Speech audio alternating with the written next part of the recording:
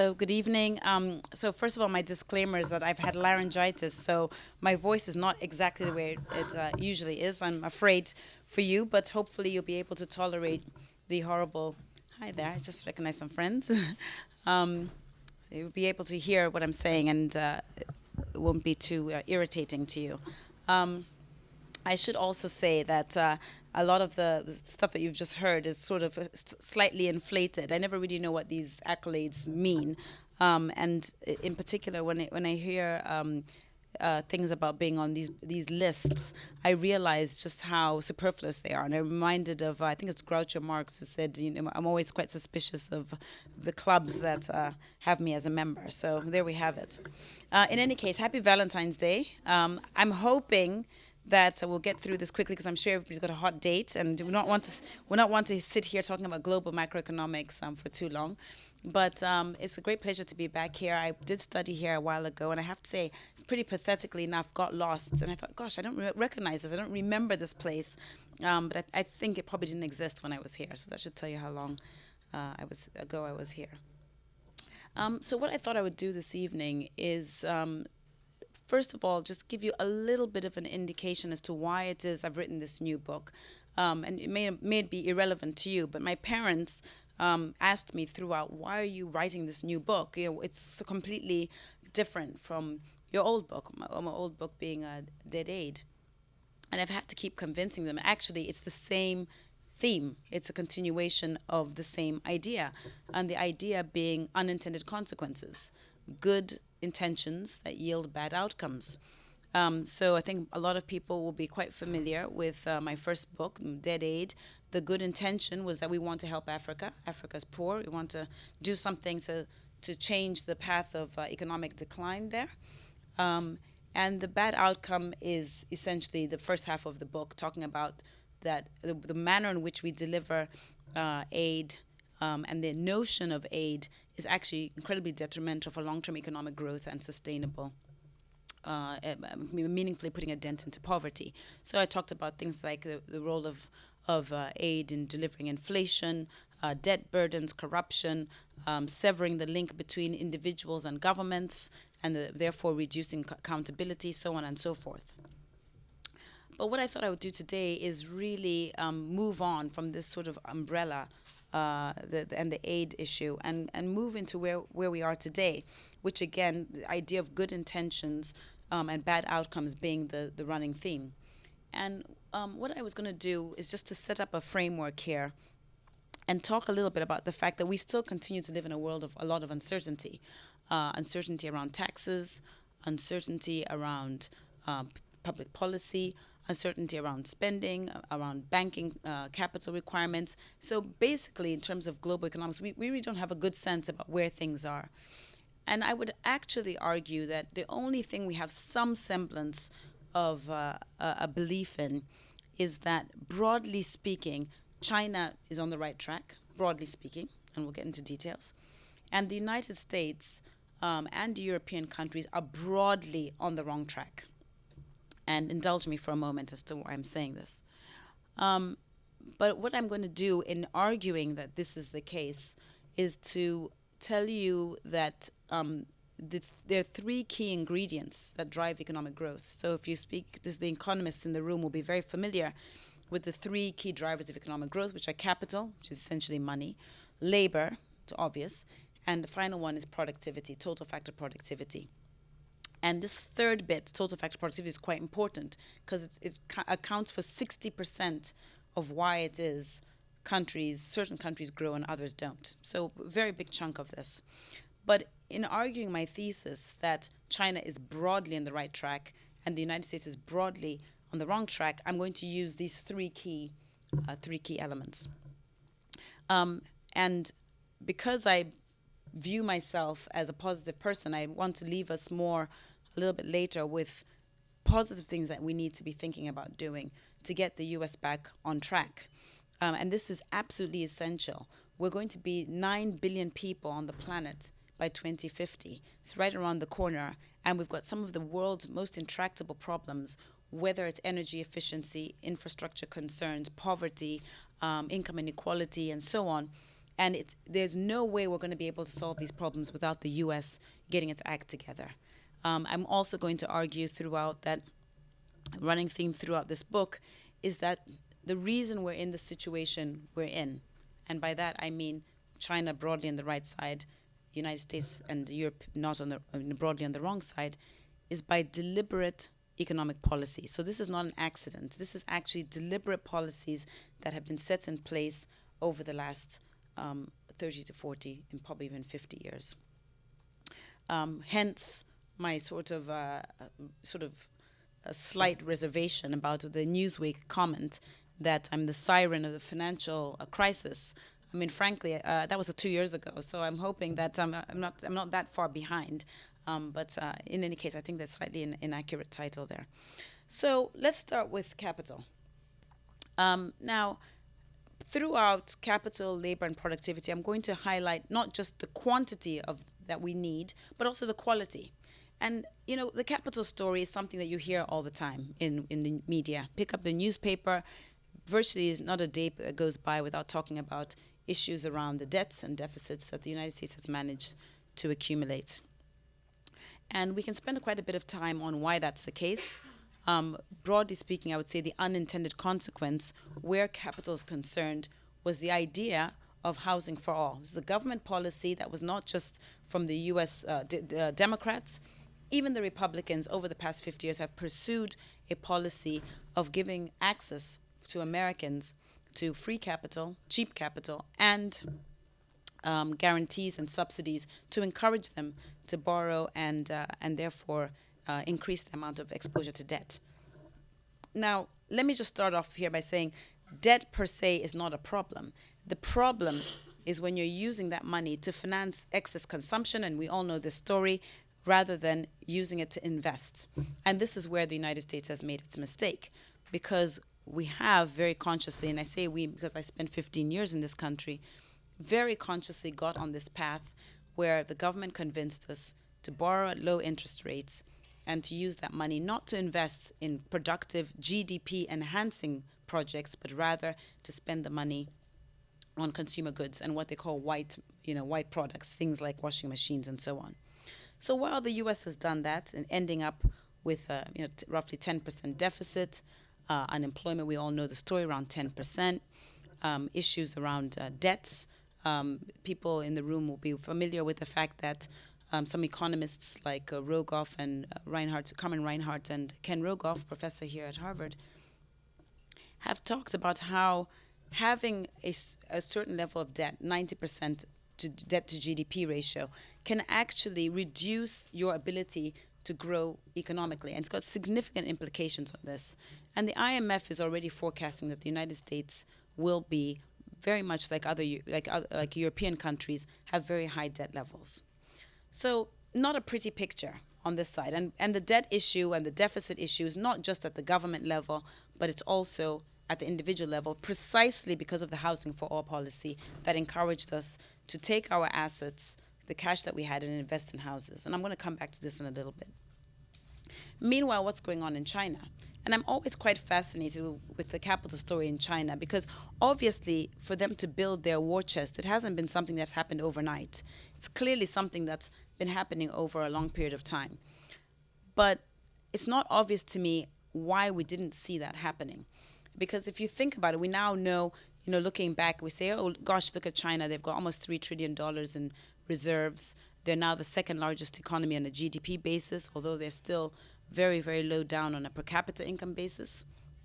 But when did the tables turn? When was it exactly that China started to copy the United States in creating an environment of incentives, creating an environment for entrepreneurs and innovators, and therefore put us all at risk by almost surpassing the U.S., which today, by today's one of the newspapers today was saying it's probably going to be another 14 years, but certainly not more than 2 decades before China takes over as the largest economy. And that throws up a lot of issues, particularly if you're coming from Africa. We're now like, gosh, does this mean there's a different model of economic development? We don't necessarily need democracy. We don't necessarily need the infrastructure that the United States and European countries have convinced us was the policy of economic growth. This is not the first time China has been the largest economy. China and India were the largest economies on earth in the 1500s, if you look at some of Angus Madison's data. And so they obviously made catastrophic errors. But where are we now with respect to capital? Well, they have about $3 trillion in assets. By some estimates, they're earning about $1 billion a day just on interest. Their deficit's relatively small. In fact, the deficit, some people would say, if it's actually a deficit, it's probably at around 0.5%. They have a debt to GDP number that I've seen is around 9% debt to GDP ratio. For a poor emerging economy, which is what China is, remember they've got 1 billion people who are living in poor, dire economic conditions. And I should point out here, there are more poor Chinese people in China than there are in Africa. More poor Indians than there are in Africa. So we're talking about a scale that is really unfathomable in many ways, not seen by economists. But looking at the capital issue, they clearly have a smaller deficit, smaller debt ratios compared to what we're seeing in the United States today. But it's not just the quantum that matters. It's also the type of capital. And one of the things that I argue in the book is that whereas China's capital is centralized, as we know, the government has centralized and has got what I'd call a broad utility function focused on delivering economic growth for the society as a whole. The population in the United States has a much more diffused type of capital structure where you've got lots of money, but it's split out between hedge funds, between pension funds, between private individuals, much more disparate. And the problem with that is that when you have big problems like the financial crisis, or when you have to start to deal with issues such as resource constraints, which we will talk about a lot in a moment, resource constraints, things like land, like water, energy, minerals, these key things that are going to be binding constraints if nothing else changes, you're much better, in a much better position if you can act as a government with much more flexibility and you have much more money. Part of the challenge that the United States has and many European countries is that they simply do not have centralized capital to act and redress some of the issues that I've just outlined for you. So I think it's pretty clear that there's a problem around capital. And we will, I'm sure in the course of conversation, talk a little bit more about what it is specifically that is problematic with the housing for all policy, i.e. the good intention, every American should have a roof over their head, but bad outcome, subprime crisis. What exactly was the problem? Why did it not work? And we'll come back to that, but let me continue to set the stage a bit more. So that's capital. We move on to labor. And I think if there's one issue that is pretty clear or debated quite heavily, I would say it's the labor statistics. But it's also the one thing where I think that there's relatively little action compared to what I think needs to happen. Now, a lot of people say, well, the situation in America and Europe is inevitable because China, by virtue of its size, 1.3 billion people, is always going to give the United States a run for the money. Personally, I don't subscribe to that view. I think that they still have a lot of structural issues that, excuse me, that the United States doesn't have, and that actually has put the United States in a very good position. So putting the quantum issue again to the side, we already know what the issues are in the United States around pensions, although I say that, but nobody can really tell us honestly how much money the United States owes in pensions. I've heard numerous numbers, 2.5 trillion. It's the same in Europe, I must point out. You get different answers from different people. But the problem has been that a lot of these pension obligations have been what are called off-balance sheet. The government does not put them on balance sheet specifically because the government knows that it's such an enormous amount of money that's owed. And rather than get us all to focus on delivering economic growth and reducing our pension obligations or somehow structuring them better, we've ended up in a situation where we don't really know how much we owe. If you add in the corporates, we know that there are whole industries, the steel industry, the airline industry, automaker industry in the United States that have been decimated because of pensions. But we kind of know that there's a problem. We don't actually know how big the problem is. I call it in the book the next big Ponzi scheme. I mean, forget Madoff. I mean, Madoff was nothing. I mean, what you're going to face here, not knowing what the situation is, particularly in an environment of low interest rates, is particularly vicious. But pensions is just one part. You should have a look at some of the healthcare costs that some of the statistics that are coming out in the United States now, and also across Europe.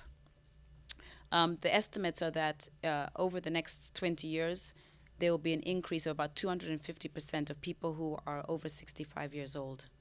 Already in Britain, 75% of healthcare costs are associated with longer term diseases, so older people, past the baby boomers. Alzheimer's, a lot of, you just look at the estimates in the American Alzheimer's Association. Again, I'm sure in this room there's not a big surprise about these numbers. And yet, once again, we know that this is a looming problem. It's on its way to us. But what are we really doing? How are we really preparing ourselves to make sure that we're going to be able to survive in the longer term? The other thing, obviously, is not just pension costs, not just healthcare costs, but it's education.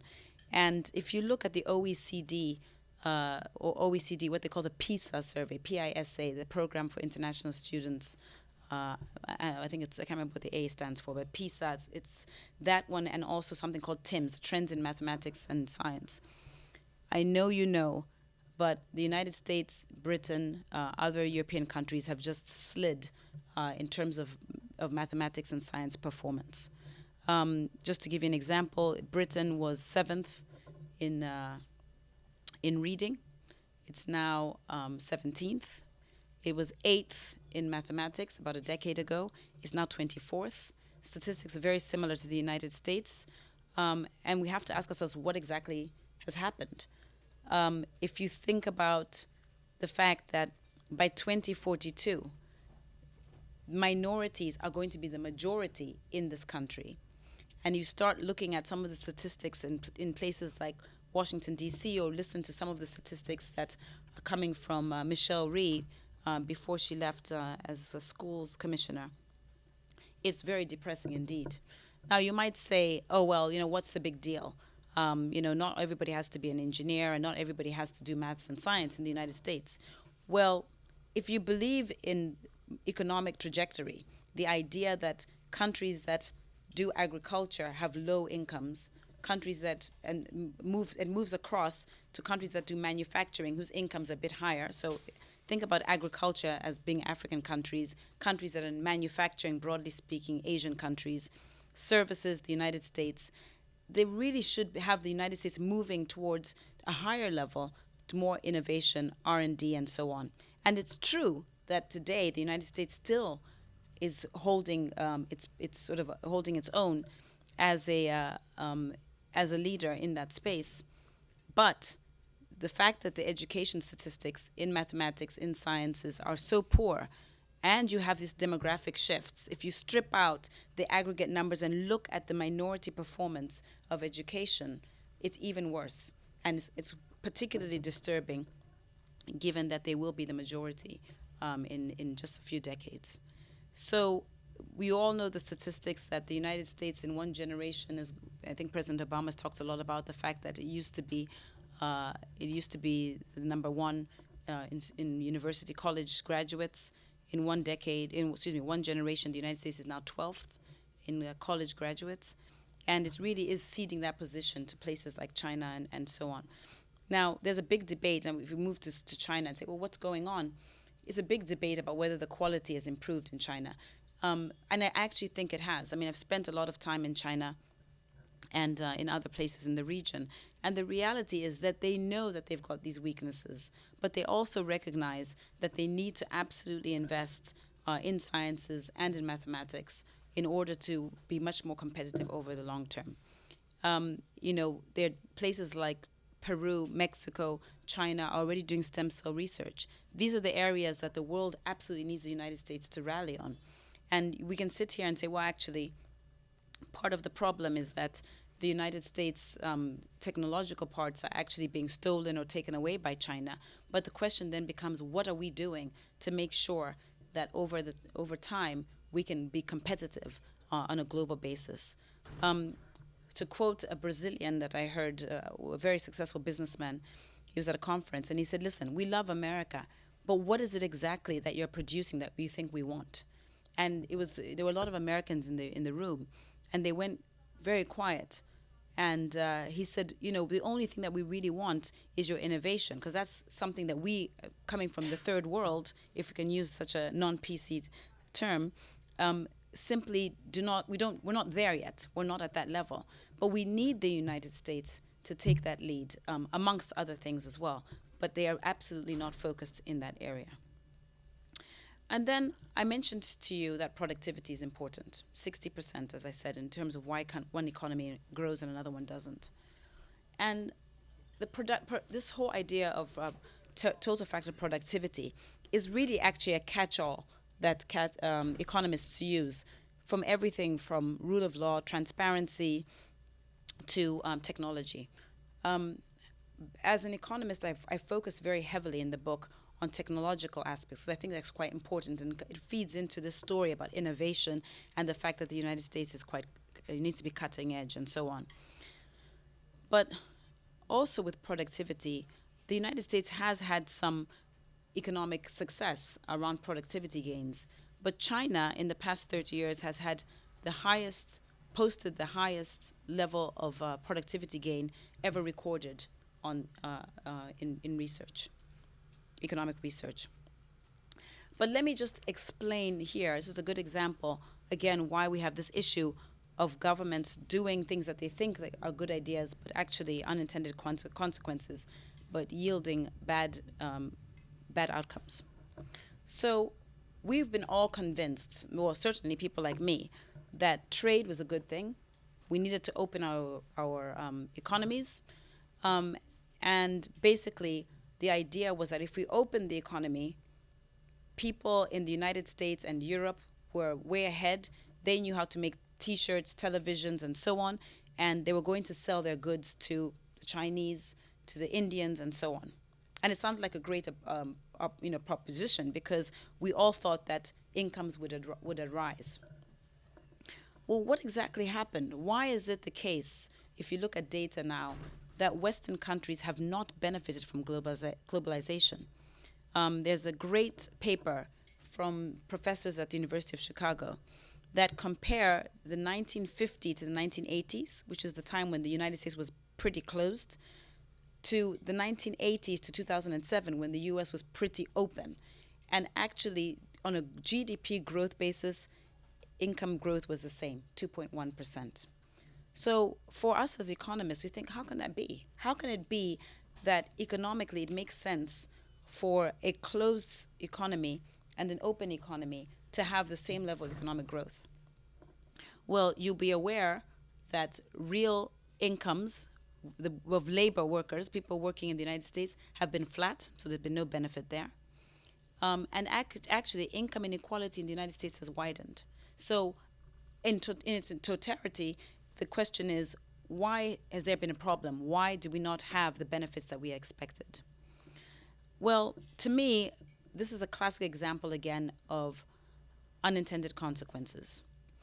What happened in the 1980s to 2007 was that the US government, again driven by the idea of housing for everybody, created an artificial environment of low interest rates, and also guarantees and subsidies through the Fannie Mae and Freddie Mac network, that actually encouraged people to take their incomes and invest their money in the housing market.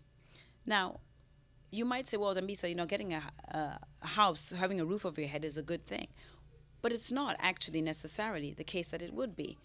There is actually a very good reason why governments should look at housing like any other asset class. Why should a government distort the housing sector to encourage us to put our money into housing as opposed to commodities or bonds or stocks or cash?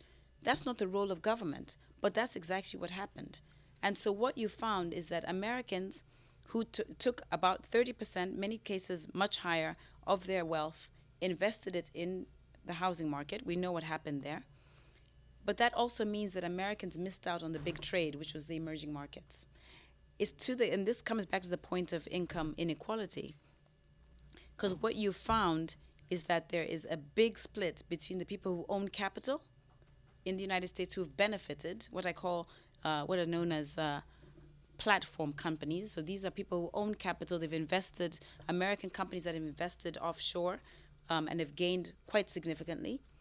And there's a big difference between them, the owners of capital, and the owners of labor, who have ended up in a situation where they've got more debt, real incomes have been flat, and they've ended up with their monies tied up in housing, having missed out on the uh, big financial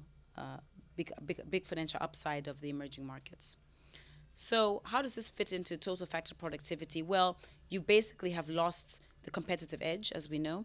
Where are we today? We've got about 30 million Americans out of work in the manufacturing sector.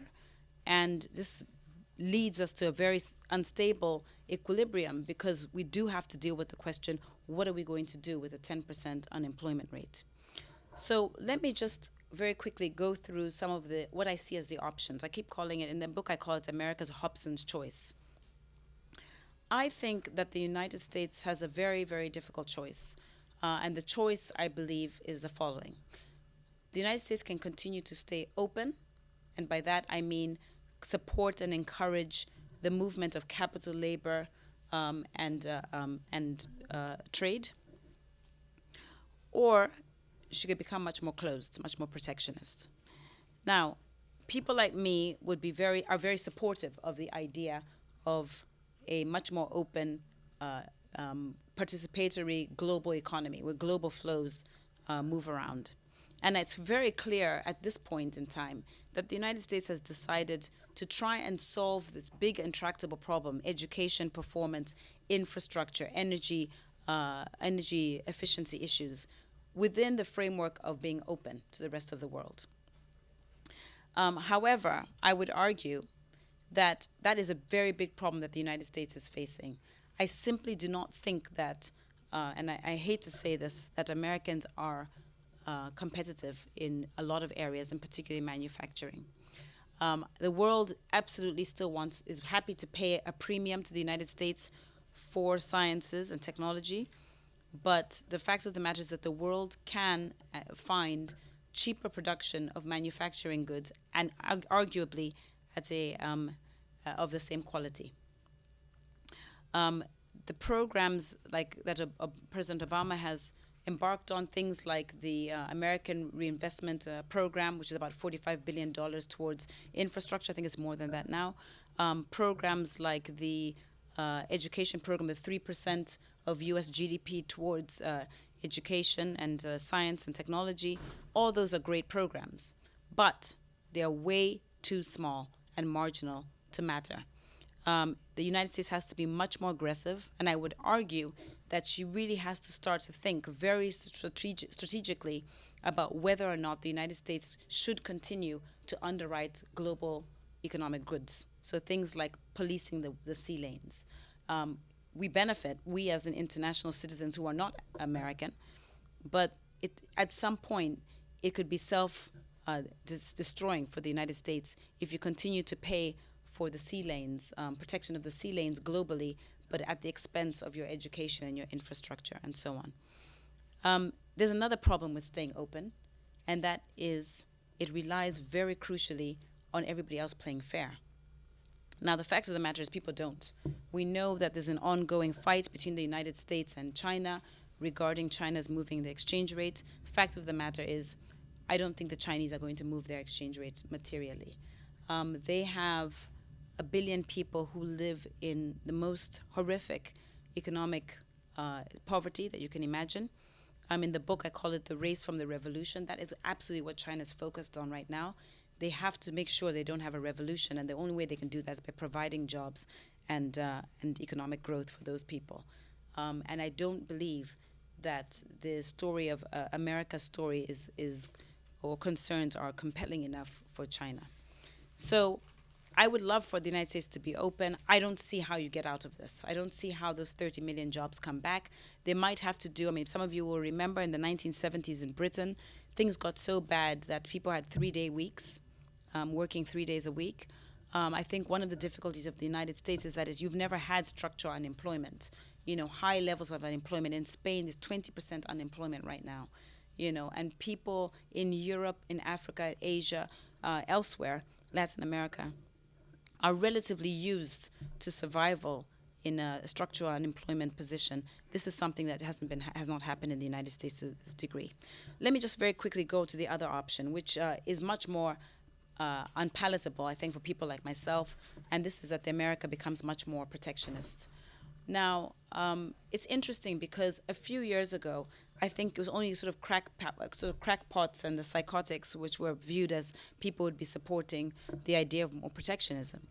And I just want to remind you that it's not such a far cry to go into protectionism. The United States already, certainly in the realm of agriculture, as we know through the farm bill, and Europe, excuse me, Europe also through the Common Agriculture Policy have engaged in very aggressive protectionist policies, certainly against African countries who are simply not able to sell agriculture products into Europe or in the United States. Why am I mentioning that? Because I don't think the leap to becoming much more protectionist is something that is so crazy or out there.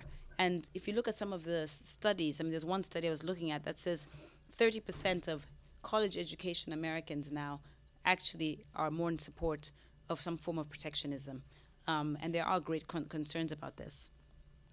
Now, as an international citizen, I don't want America to be more protectionist and more closed off.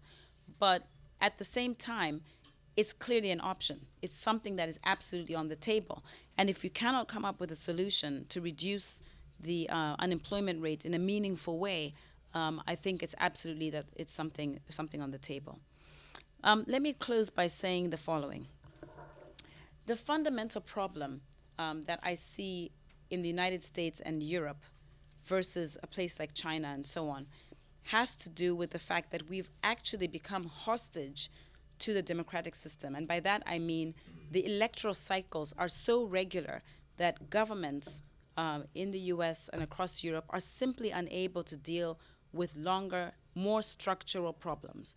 We are culpable as individuals because we reward our policymakers by focusing on the short tactical problems, things like jobs, things like deficits, absolutely important.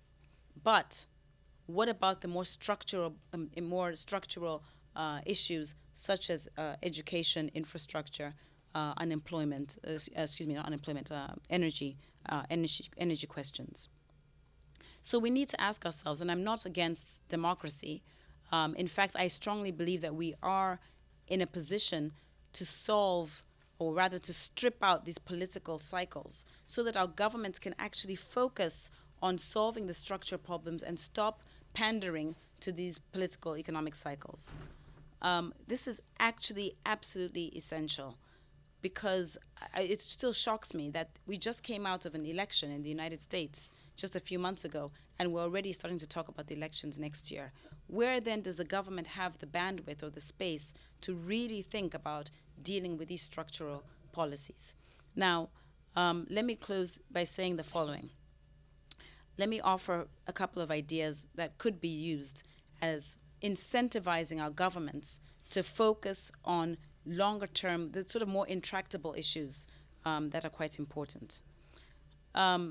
On one hand, countries like Mexico, across South America and other places around the world, governments have said, you know what, we're going to keep democratic elections, but we're going to have longer cycles. So your government stays in power for one election, you sit in office for one period, maybe 8 years, and you don't have elections in between that. And that just strips out this sort of cyclical part. Now, some people might say, you know what, we've had this system in the United States, we're simply not willing to change it, we love it the way it is. Well, here's another solution, another alternative, without, again, having to abandon democracy, is we might need to actually create a system, embed a system that incentivizes our policymakers to do the right thing. In Mexico and in Brazil, they have what are called conditional transfers. And the idea here is that the government actually pays people. And actually, by the way, I should point out that Mayor Bloomberg in New York has got a pilot program on conditional transfers in New York right now to see if this might work. The idea of policies that are driven by incentives. The idea is very simple. In Mexico and Brazil, they say, look, we need people to get their children inoculated. If you get your child inoculated, we'll give you $100. If you send your child to school and your child attends school for 98% of the time, great attendance record, we'll give you $100. And they've had remarkable sort of reaction, remarkable reaction, sort of take up by the people who we should argue perhaps that's not what's ideal. As society, do we really want to start paying people to do the quote unquote right thing? But maybe that's something we should be thinking about. And in the UK, in Britain right now, one of the things that we are talking about a lot is the idea that maybe governments need to start to pay people extra money or extra credits for doing mathematics or sciences, the subjects that society needs as a whole. And this is, I'm not a scientist, so don't take it personally. But maybe we need to do something really radical like that and start to pay people to encourage them to go into the fields and the areas that we ultimately need to encourage economic development in the United States. Let me close by saying the following 3 points. Number one, it's pretty clear that China is going to keep growing. Number two, it's also pretty clear based on capital, labor, and productivity that China is going to grow faster than the United States and European countries. By virtue of which is an economic development, perhaps it's not so surprising.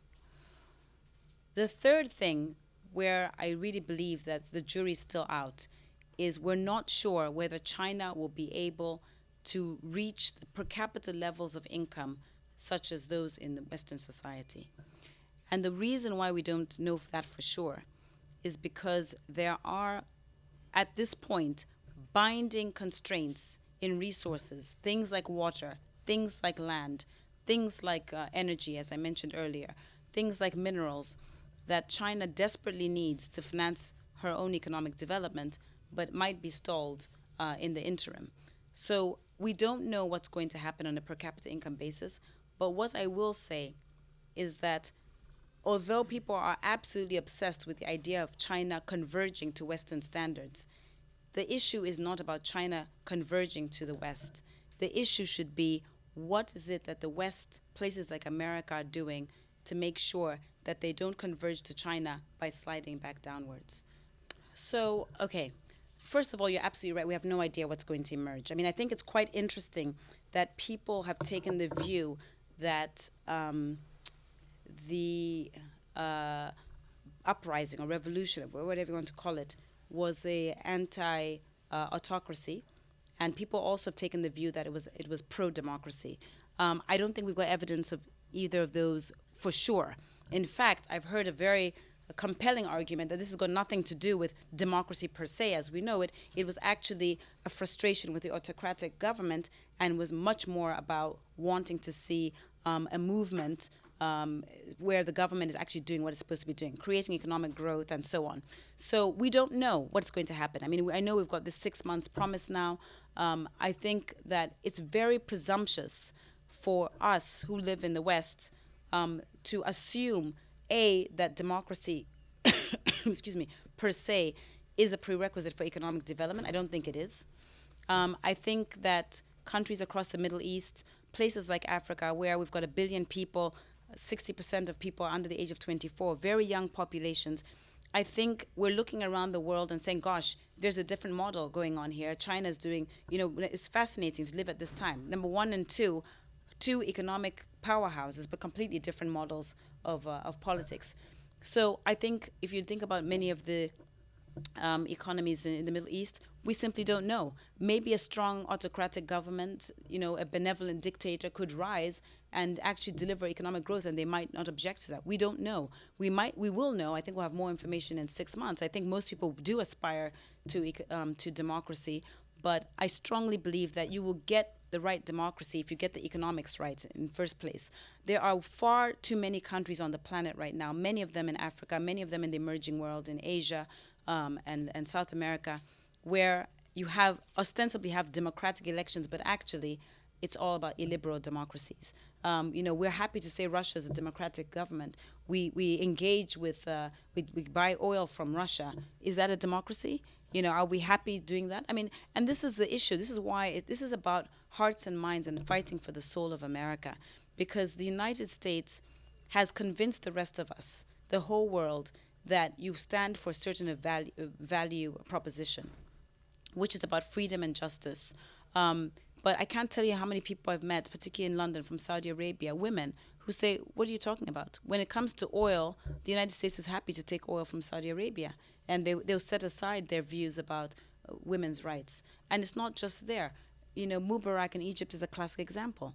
How can we sit now and say, oh, this is great, when the United States has been giving out $1.25 billion every year to this government without their delivering any real traction in politics. So I think it's too early for me to speculate. Remember, when I was growing up in Africa in the 1980s, I mean, during Glasnost and Perestroika, this was late 80s, 90s, after the wall came down, and we saw, Eastern Europe, across many African countries, there was a lot of euphoria around this whole democratic idea.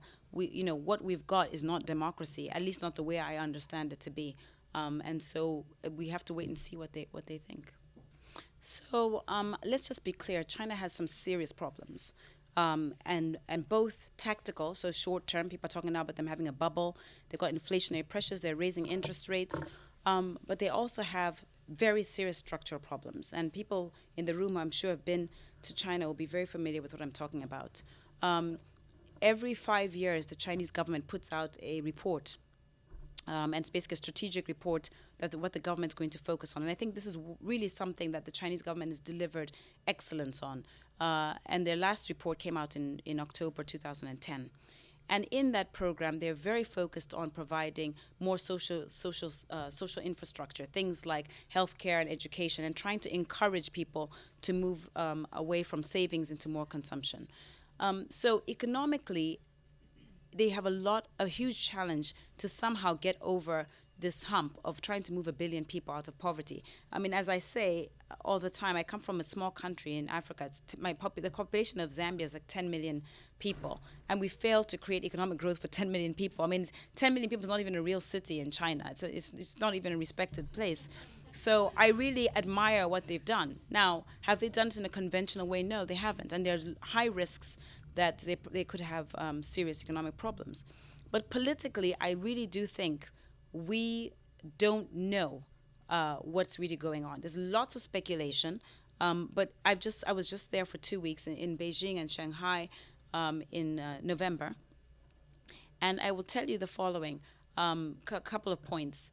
First of all, I had dinner with a woman who has been incarcerated many times. She's very, very anti-government, very vocal. She runs a big she's a journalist, runs a magazine there that's very well respected, super smart woman.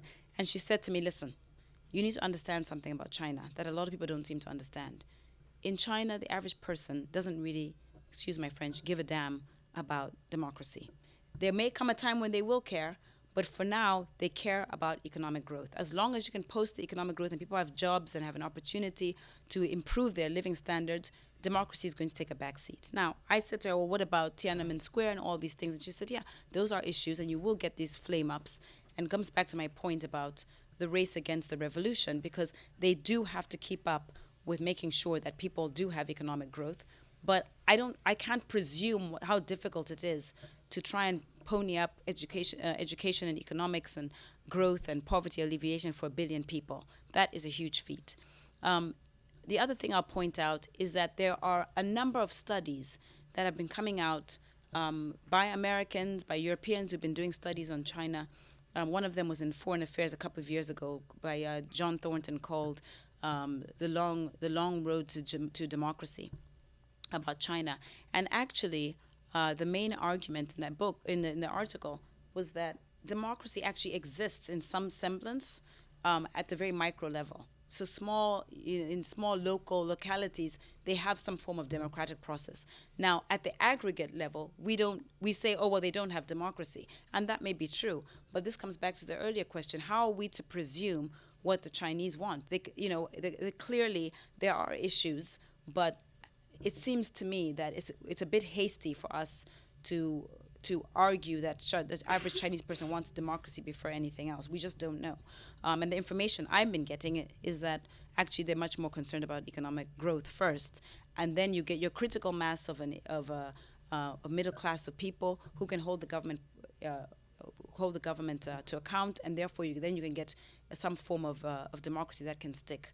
Um, will politics be the end of China? Who knows? They've done pretty well, you know. I mean, and if they can keep it going, then maybe they won't have anything to fight for in the short term. Do I think that there will come a time when the average Chinese will say, listen, now I've got a roof over my head, a car, and so on, and I actually want to demand democratic rights? Yes, I do think so. But I don't think it's a prerequisite for economic growth. And I think that China's proven that point. So I think, again, the thing that's more paramount is not democracy per se. What is the most important thing is that you have stability. And somebody was just talking about Haiti, saying, oh, but don't you think that Haiti needs more elections? Well, the reason why people don't invest in Haiti, for a whole host of reasons, and other countries in Africa and so on, is not because we don't have democracy. We have democracy in Africa. But the problem is people don't feel that there's a sense of stability. And that's something that, like it or not, the Chinese have managed to do that. So, first of all, I love this question because people tend to be quite critical. Whenever I travel into Western economies, Western countries, people are very critical about China's role in Africa. Well, China is the biggest lender to the United States. So, where do we draw the line? This goes back to the Saudi Arabia point. You know, we cannot expect the United States to say, well, we think human rights violations are outrageous, but then you're borrowing from China. And that's one of the problems. I've spoken to many audiences like this in Africa, and Africans are outraged. They're like, why is it that it's okay for America to borrow money or China to invest in the United Kingdom or in France or Italy? But immediately they want to invest in Africa. People are up in arms saying, oh, no, this is neo-colonialism. It's double standard. It's unfair. Now, that's not to say that the Chinese should get a carte blanche and that it's all great to just roll out the red carpet. There's serious problems with labor laws and environmental concerns and so on. But that is the responsibility of African policymakers. It's their responsibility to deliver and be held accountable by the African people, by no one else, because ultimately they don't care about what Western society tells them, as we know. And the problem with the aid society is that they're happy to continue to give aid to these countries, even though we know that they're not doing the right thing. I actually will reference, and I put this in Dead Aid, have a look at the Pew survey. The Pew survey is something that the Pew organization in the United States, PEW, had done a survey, 15 countries in Africa, and asked Africans across the continent, what do you think about the Chinese? Do you like them? Do you hate them? Are they better or worse than the United States, than Americans? Consistently, by wide margins, and I really urge you to have a look, people said, we love the Chinese. They're creating jobs. They're giving us an opportunity. And somebody said to me in Sudan, which I thought was really stark, but quite telling. He said, Dambisa, I've resigned to the fact that I'm going to be living under a despot, an authoritarian rule.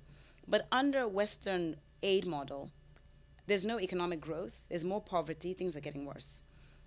Under the Chinese model, I still have a despotic government, but at least I know the Chinese are not in Africa for goodwill. They're there for China's agenda.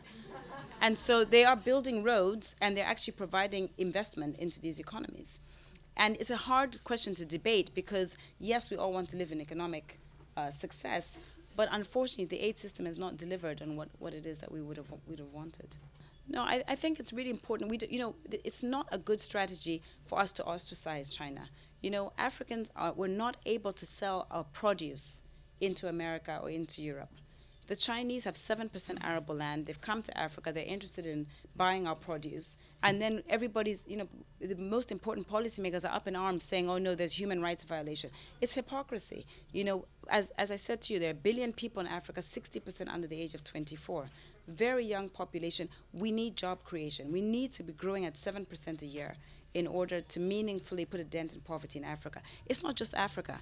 Brazil, look at Chile. China is now the biggest trading partner of these countries because we need to figure out how to move people out of poverty.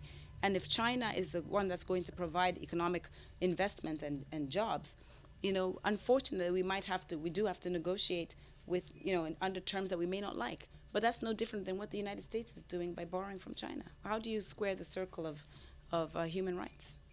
It's quite difficult.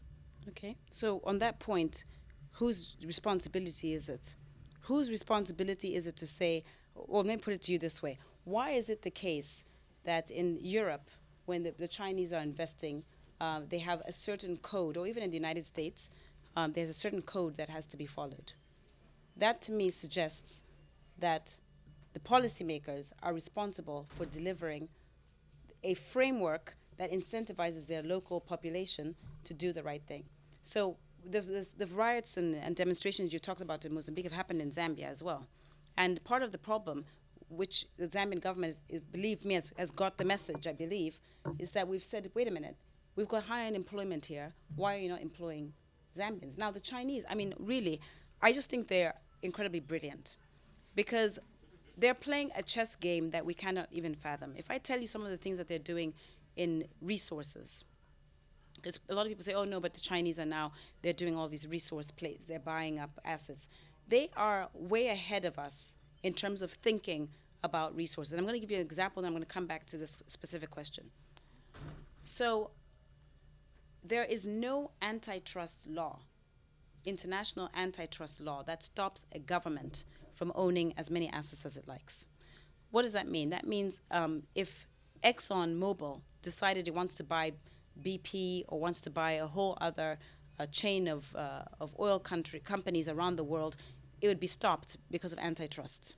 Microsoft, we know, had its own problems for the same reason. They stopped them. But that is not the case for governments. But China has been going around and buying up all these assets. They're buying assets in Peru. And by the way, I don't know if people know, the greatest recipient of foreign direct investments from China is, for all the complaints, is actually not in Africa, it's Australia, number one. Number two, the United States. So there's lots of investment. The Chinese are going around buying up all these assets. That's great.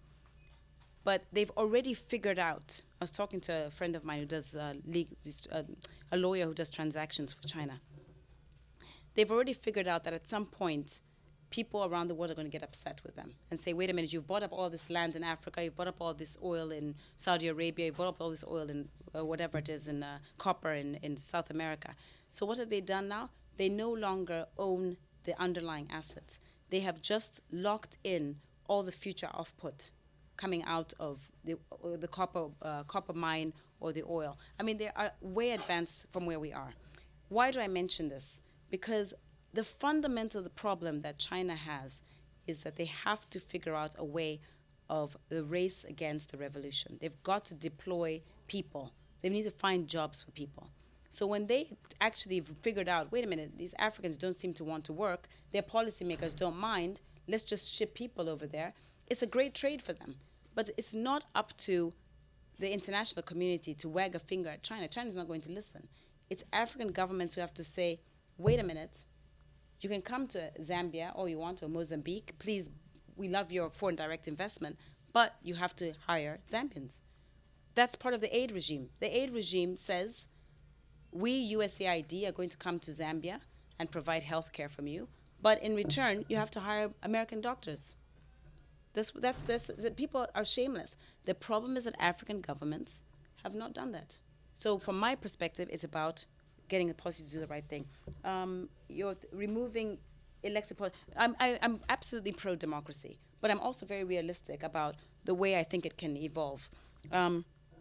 I don't think that you can get the type of democracy that's strong and sustainable over a long period of time without having the economics in place. And so when you talk about these China removing these, the whole idea of whether or not it's sustainable, whether this structure, China is actually distorting things, I'm pretty certain that we're not going to make any movement without economic development. That's why I think they're doing a good thing in Africa.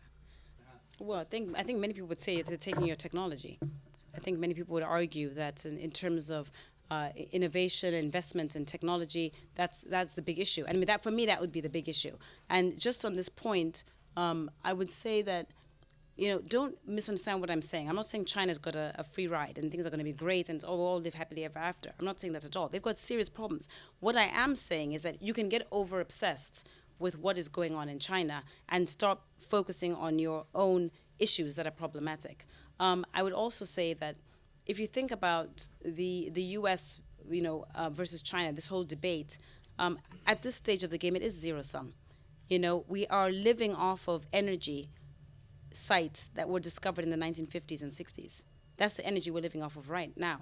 Now, we know, I've talked already, I talked a little bit about how the United States is actually sacrificing some of her cultural norms in order to go and get energy in this form of Saudi Arabia and so on. The fact of the matter is, there could be a solution tomorrow. We might wake up tomorrow and we found shale gas. I mean, let's see. There might be some prospects to derail any concerns. But as it stands right now, the United States is 25% of energy consumption. Most of the energy she gets is from Saudi Arabia and Russia. Is it possible that in the next 10, 20, 30, 40 years, as we get into 2050, we have a situation where China is sitting back and saying, we need energy, as does the United States, and we're converging to the U.S.'s economic consumption levels, and therefore we have a zero-sum game? I think it's very possible. I don't think that and that's a good example of an area where I don't think there's enough going on. I think there's a lot of talk, again, but I don't think there's enough practical things going on, in enough practical things that are going on in order to actually meaningfully change things. So, you have to understand, I think people who read my work should be responsible in reading it. And in the same way, I have a responsibility for what I say. And as I said to you earlier, the whole obsession with convergence is way too focused on China. Everybody's focused on China, and that's great. But the best analogy I can think about is being a Super Bowl team.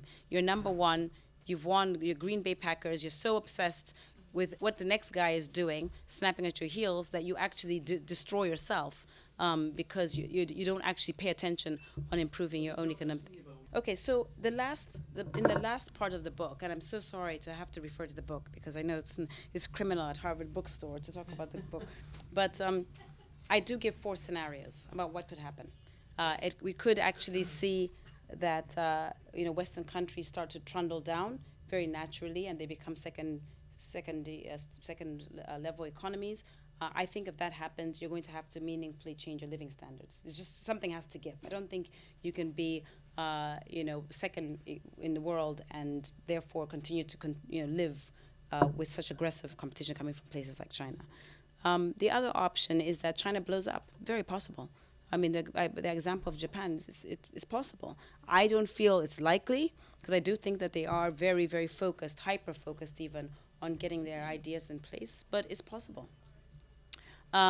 The other thing is that America could fight back. America could become as I said, could become quite protectionist, quite aggressive, could actually say, you know what, we really need to clean house. We've got debts, deficits, we're going to cut back on all this and that, figure out. I talk about something called a real estate investment trust, where the government says we're going to buy up all the houses that are in foreclosure, because housing overhang in this country is still a big problem. People don't feel comfortable investing in places in the United States because there's still a housing overhang. So the government could figure out a way of doing something around that. And then the final thing is what I call the nuclear option, where the United States could become even more aggressive. And by that, I mean they could turn around tomorrow and say we're defaulting on our debt. It may not be outright, and many people argue right now that's exactly what the United States is doing by allowing the currency to weaken. But they could say, listen, China, we're going to give you 30 cents on the dollar. All Americans holding debt, we're going to give you 100 cents on the dollar, and we're going to just focus on the United States. The United States is pretty self-sufficient. You've got land, you've got clean air. A lot of people want to live in the United States for good reason. It's not a bad place. And in fact, it's a good place compared to a lot of other places you could live in. And so you could see more protectionism, more defaults, some default in the debt, and recasting a focus on education and infrastructure and so on. And I'm reminded actually of something that FDR said at his first inauguration. And I'm completely paraphrasing here, but I'd urge you to go and have a look at it because it's very interesting. But he said, excuse me, that the United States is a big believer in internationalization and being part of a global economy. But that is second to the national purpose, national economy. So if things don't get better, if America can't compete, which I honestly don't, as I said, the manufacturing sector is a big sector. I don't see how you solve that problem. If that's true, then I don't think it's off the table for America to be much more aggressive. Something has to give. And politicians, given that they focus on tactical solutions, I believe will be focused on trying to come up with a way that will win them votes. And unfortunately, like it or not, things like protectionism, things like focusing more on the United States are becoming things that are much more acceptable here. Okay? Thank you so I much. think I got the signal. Thank you.